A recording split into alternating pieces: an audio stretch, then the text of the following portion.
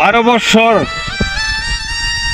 একটি ছেলে সংসার করেছিল, নিজে না খায় নিজে না পড়ে তার পরিবারে পড়াইছে, কিন্তু তার মাটারে দেখার মতো সাধ্য ছিল না তার পরিবারে, বা দেখতেও দেয় নাই।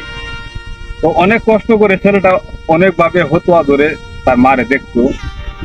তখন হঠাৎ করে কিছুদিন পর তার অসুস্থ হয়ে যায়, শরীরে ঘা হয়ে যায়।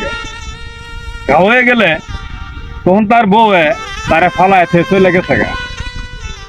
তখন এই ছেলেটার মানে দেখার মতো সাধ্য নাই, মার কাছেও আসতে পারে না, মারে মুখ দেখাইতে পারে না। 12 বছর মারে কোনো ভাত কাপড় কোনো কিছু দেয় নাই, হঠাৎ উঠার তো দিচ্ছে।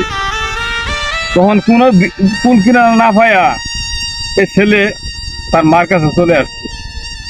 আইসা তার মা দেখা যায় ছেলের অবস্থা খুবই খারাপ, শরীরের মধ্যে গাও ফেসরা হয়ে গড়ে গেছে গা। মা কান্দা কুলোলে হেরিয়া, তো বাবা তুই এতদিন আগে তুই আমার কাছে আসস না কে?